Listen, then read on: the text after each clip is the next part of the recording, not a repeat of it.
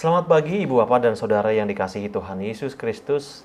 Kita bertemu kembali dalam Renungan Harian HKBP Resort Sutoyo, Kamis 27 Oktober 2022. Sebelum mendengarkan firman Tuhan, marilah kita terlebih dahulu berdoa. Kita berdoa. Damai sejahtera Allah yang melampaui segala akal dan pikiran, itulah yang menyertai hati Bapak, Ibu, dan Saudara sekalian. Di dalam Kristus Yesus, Tuhan kita. Amin. Firman Tuhan bagi kita hari ini diambil dari kitab Pengkhotbah pasalnya yang ke-12 ayat yang ke-13. Demikian firman Tuhan. Akhir kata dari segala yang didengar ialah takutlah akan Allah dan berpeganglah pada perintah-perintahnya, karena ini adalah kewajiban setiap orang. Dalam bahasa Batak dikatakan demikian.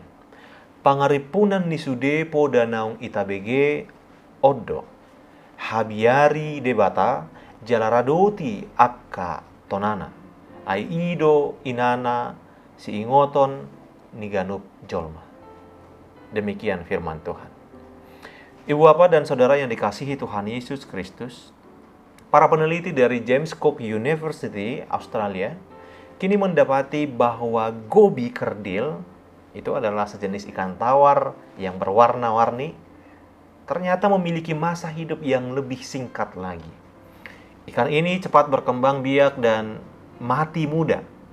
Ikan yang sangat kecil ini hidup di batu-batu karang yang membentang di lautan selama sekitar 56 hari saja. Siklus perkembangbiakannya yang cepat menghindarkannya dari kepunahan. Apa tujuan dari suatu kehidupan yang muncul begitu cepat dan berakhir begitu singkat ini? Inilah pertanyaan yang pernah diajukan oleh salah satu orang terbijak yang pernah ada di dunia ini. Pada masa-masa terakhirnya, Salomo, raja ketiga Israel, menjauh dari Allah. Ia menyimpang secara rohani dan kehilangan arah serta tujuan. Ia memandang semua prestasinya dan menganggapnya tidak berharga. Sebelum ia ingat akan Allahnya, ia lupa bahwa kita hidup tidak hanya bagi diri sendiri, tetapi juga demi kehormatan pribadi yang telah menciptakan kita untuk menyembahnya dan menikmati kebersamaan dengannya untuk selamanya.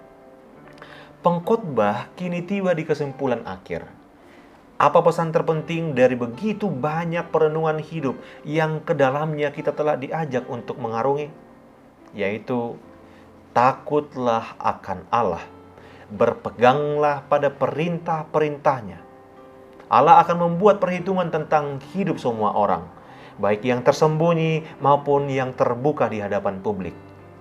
Jika saja semua kita menyimak pesan akhir yang penting itu, kita pasti tak akan hidup sia-sia. Arti penting kehidupan tidak dijumpai dalam lamanya masa hidup kita, tetapi dalam penilaian Allah yang kekal tentang bagaimana kita telah memanfaatkan masa hidup itu. Saudara di dalam Kristus, kitab Pengkhotbah membawa kita merenungkan dalam-dalam betapa singkatnya hidup manusia ini, yang penuh pertentangan, ketidakadilan, dan hal-hal yang sulit dimengerti. Maka disimpulkannya bahwa hidup itu sia-sia. Ia tak dapat memahami tindakan Allah dalam menentukan nasib manusia. Tetapi meskipun demikian, dinasihatinya orang-orang untuk bekerja dengan giat dan untuk sebanyak mungkin dan selama mungkin menikmati pemberian-pemberian Allah. Pengkhotbah menasihatkan agar semua orang menghormati Tuhan serta mentaati perintah-perintahnya. Akhir kata dari segala yang ia dengar, takutlah akan Allah dan berpeganglah pada perintah-perintahnya. Karena ini adalah kewajiban setiap orang.